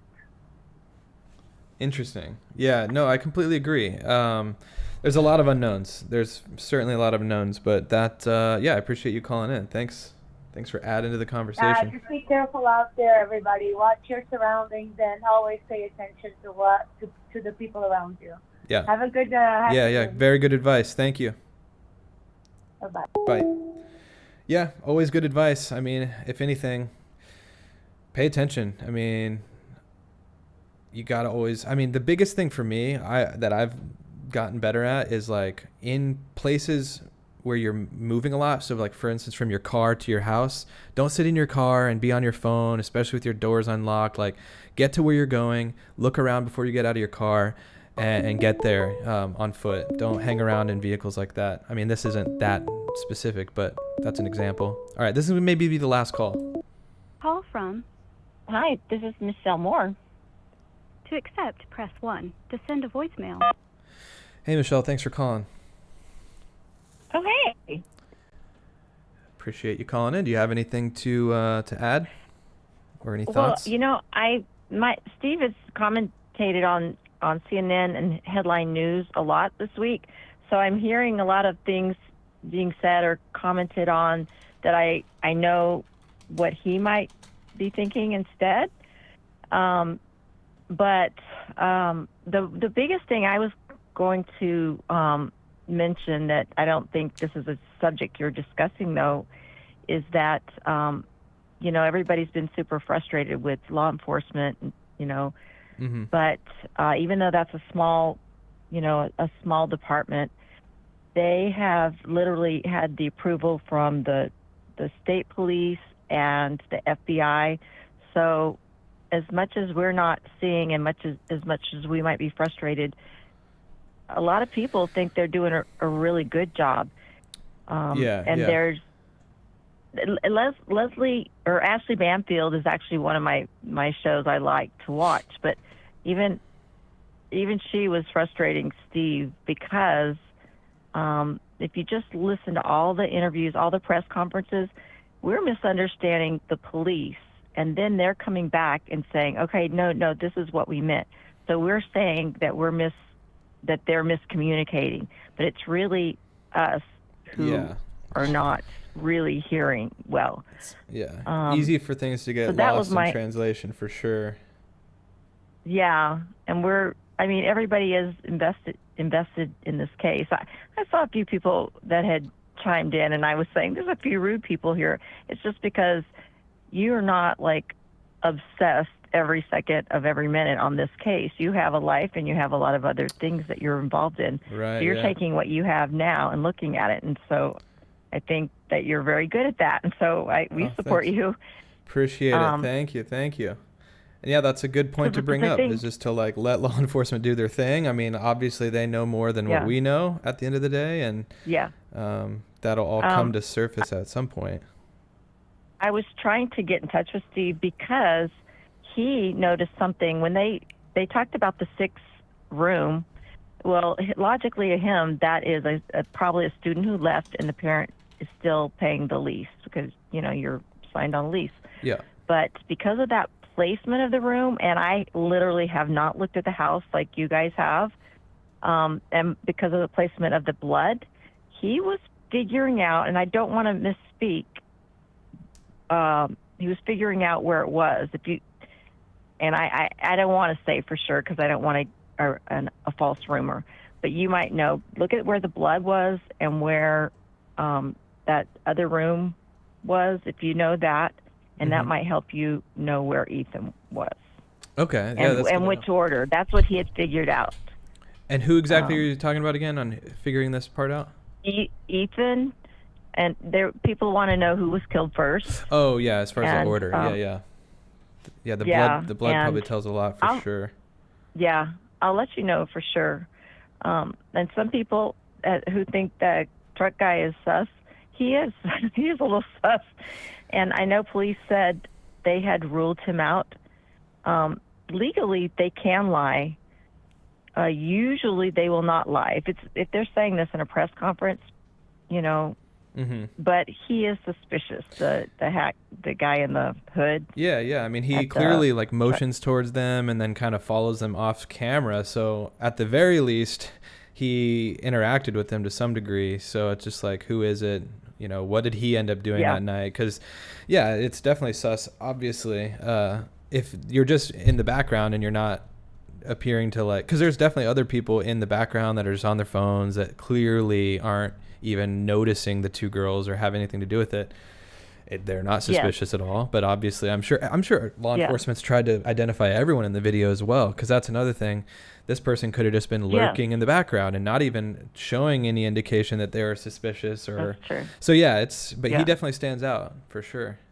And the guy that he did speak to at the end, someone was kind of talking to him at the end. He's done at least 4 TikTok videos kind of explaining himself. Feel bad for the guy. He's had a lot of hate. Oh, interesting. But, the guy in the hat, or? Yeah. Was it a hat? The beige hat? Maybe, yeah. He's a guitar player. Okay. he's a really good guy. So it might be worth looking at his TikTok channel. I can send you or DM you a link. Yeah, if you that's like. interesting. Yeah, But I feel like I'm definitely. taking up too much time. But I do have a lot No, of we're right at things 5 that minutes, I so know. that was perfect. But yeah, thank you for for adding to it. Take Appreciate care, and it. I'll hop back on chat. Okay, Thanks, Michelle. Take care. Thanks. Okay, gang. Good additions to the conversation. Thank you guys for calling in. Thanks for keeping it concise and adding to, like I said, adding to the overall conversation. But there's some good things to add there and to take away from all that. Obviously, law enforcement, people want things solved in the first 48 hours, not necessarily in the first 48, but like people always want things to be solved as if they're watching it in a Netflix true crime documentary. But it's, you can't necessarily knock law enforcement for this being 3 weeks in and them not having the guy. I mean, this is an elaborate, massive crime scene, I'm sure, that they're dealing with a lot of different moving parts. I mean, we're talking 4 different people. So you've got to go down each person's kind of associates, people that are associated with them, and look into every little detail. One of the calls that stood out there, and once again, completely speculation at this point, they had mentioned the phone calls from Jack, which if we look back at Sleuthy Goosey's timeline, those calls from Kaylee and Madison's phone, at like 2:40 to 2:52, somewhere in that range, we've got multiple phone calls coming from their phone. They had mentioned, well, what if Jack, and that once again, I'm not tying Jack into this is all speculation, but what if Jack had placed his phone somewhere, whether that was like at a bar or in, it could be in a trash can at a bar, that like where his phone would ping somewhere off site. And what if somebody was making the calls from their phone to appear to be contacting him for some reason or another?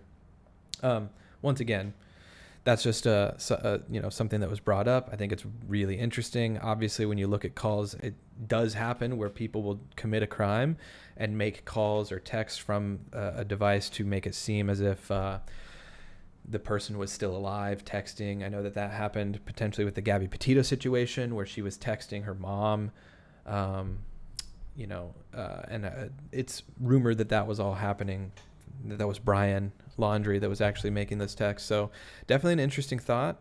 Thanks for all the perspective that's coming in through the calls. I'm going to go through people's chats once more. Also, say thanks to the mods that have been in here. This is one of the bigger streams we've had in a while.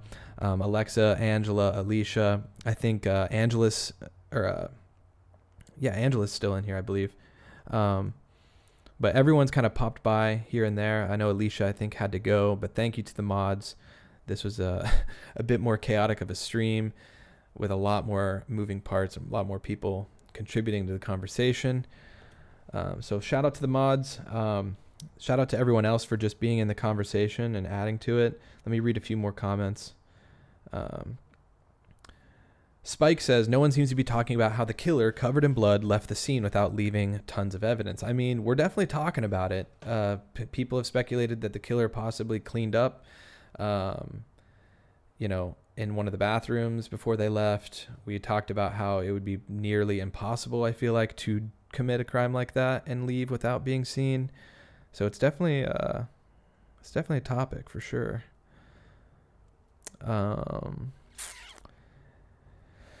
Shay says, yay, or yes, I guess what I think with this case is it may take a while before we know. Yeah, that's another thing, what we were just getting at. I mean, I think according to Brian yesterday, like I was showing earlier, seems to be taking quite a bit of evidence in and out of the house yesterday. Evidence doesn't just get processed overnight. I know that there's certain things that can come back very quickly, but as far as like processing crime scene evidence, it can take time. It can take weeks for certain things to be processed and handled and then sent back. And given that this is a smaller, town, the actual resources that they might have locally could be less. And so they might have to send things off. I mean, likely they're having to send things off to bigger departments and units to process. So yeah, these things just take time. So I imagine that it will take a bit of time for more stuff to come out. Yeah, I mean, like I said at the beginning of this also, I think what it's going to come down to is like the people that are involved, because like I was saying, to just kill 4 people out of nowhere, that happens. People definitely, there are serial killers out there that just wreak havoc on people and do horrendous things, but motive is a huge thing. It's like, what is the actual motivation behind this particular crime? And so it's going to really come down to, I think, the house, right? What was this house known for? I think it had been said that the house was a known party spot that parties happened at pretty frequently. And then the people that lived there, what were they known for? I mean, we don't really have a lot of legitimate information yet on the actual victims.